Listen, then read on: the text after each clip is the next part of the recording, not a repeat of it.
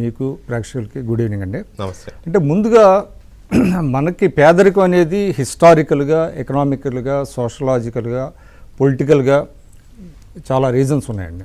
అదే పునాది కూడా. అదే పునాది. ఎందుకంటే మనది బ్రిటిష్ వాళ్ళు మన సంపద అంతా దోచుకెళ్ళిపోయారు. 1947కి అన్డివైడెడ్ ఇండియాలో పేదరికం 80%. తర్వాత మీరు చూస్తే 73లో అప్పుడు ఒక సైంటిఫిక్గా అసలు పేదరికం ఎంత ఉందనేది లకడబాలా రిపోర్ట్ ఒకటి ఇచ్చారు. 73లో 55% వచ్చింది. సరే అట్లాగా ఒక్కొక్క డికేడు తర్వాత మీకు ఆర్థిక సంస్కరణలు మొదలైన సమయంలో, ఆర్థిక సంస్కరణలు మొదలవక ముందు మన ఇండియాలో గ్రోత్ రేట్ ఓన్లీ 3 to 4% ఉందండి, మనందరికీ తెలుసు. ఆర్థిక సంస్కరణలు మొదలైన తర్వాత మనకి 7 to 8% గ్రోత్ రేట్ వచ్చింది, ఆర్థిక అభివృద్ధి రేటు. అయితే ఏమైంది అక్కడ, rich have become richer and poor have become poorer. ఆ డివైడ్ పెరుగుతూ వచ్చింది. అంటే సంపద పెరిగిన సంపద ఎక్కడికి వెళ్తుందంటే కేంద్రీకృతం అయిపోయింది, కొంతమంది చేతుల్లోకి కేంద్రీకృతమైంది. సో ఆ డివైడ్ ఎలాగ నారో డౌన్ చేయాలనేది అది పెద్ద సమస్య. అది అయితే ఇక్కడ ఒక ఐడియాలు ఎలా జీవితాన్ని మారుస్తాయని మనం చెప్పుకుంటాం. కాబట్టి 2000 ముందు భారతదేశంలో అప్పుడు ఎలా లెక్కేసేవాళ్ళు అంటే మన దగ్గర పండించినటువంటి ధాన్యాలు ఎంత, మిగులు ధాన్యాలు ఎంత అని చెప్పేవాళ్ళు. అప్పుడు అమర్త్యసేన్ ఒక థియరీ చెప్పాడు.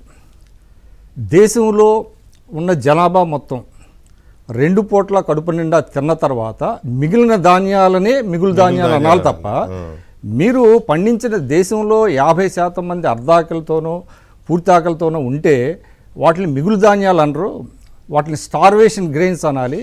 అంటే ఆకలి ధాన్యాలు రా బాబు, ఇవి మిగులు ధాన్యాలు కాదు, మీ కాన్సెప్ట్ తప్పని చెప్పాడు. అక్కడ నుంచే ఫుడ్ సెక్యూరిటీ.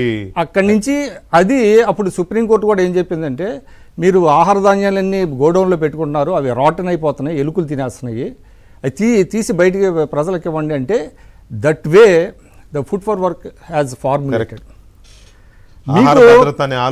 అప్పుడు పనికి ఆహార పథకం అనేది వచ్చిన తర్వాత చంద్రబాబు నాయుడు గారు సీఎంగా ఉన్నప్పుడు, అప్పుడు మీకు ఏంటంటే పని చేసే వాళ్ళకి ఇంకా డబ్బులు కాంపోనెంట్ అంటే నగదు కాంపోనెంట్ ఇవ్వకుండా బియ్యం ఇచ్చేవాళ్ళు. 55 లక్షల టన్నులు బియ్యం తీసుకొచ్చారు విత్ ఇన్ 5 yearsలో. అది తర్వాత మీకు 2005లో మీకు తెలుసు అది ఏమైందంటే, అప్పుడు యూపీఏ 1లో ఒక ఆహార భద్రతా చట్టాన్ని తీసుకొచ్చారు.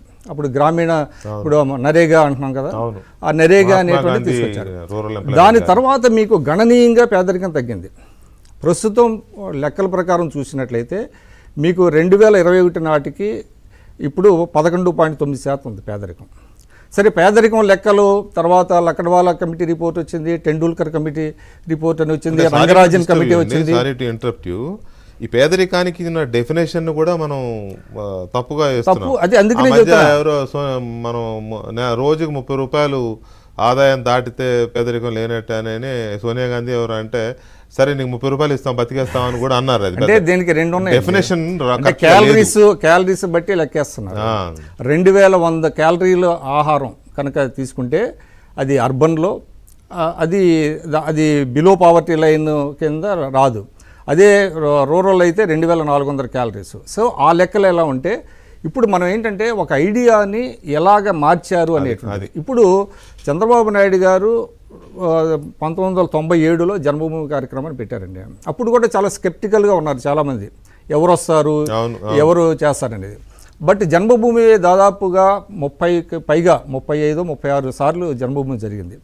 జన్మభూమి సమయంలో ఏం చేశారంటే, అప్పుడు కమ్యూనిటీ వర్క్స్ బాగా జరిగినాయి. అంటే రోడ్లు వేశారు, డ్రైన్స్ బాగు చేసుకున్నారు, చెరువులు ఇవన్నీ సిల్ట్ అంతా తీశారు, తర్వాత వాటర్ ట్యాంకర్స్ కట్టారు, ఆర్ఓ ప్లాంట్స్ ఏర్పాటు చేశారు, తర్వాత ఎన్ఆర్ఐలు వచ్చారు, ఇక్కడ కూడా వచ్చారు. అంటే మనం ఏంటంటే దానివల్ల ఎంత అద్భుతమైనటువంటి పనులు జరిగినాయి అంటే, మీకు శ్రమదానంతో పాటు డబ్బులు ఇచ్చారు. అసలు మొత్తం అంటే మనం పుట్టి పెరిగిన ఊరికి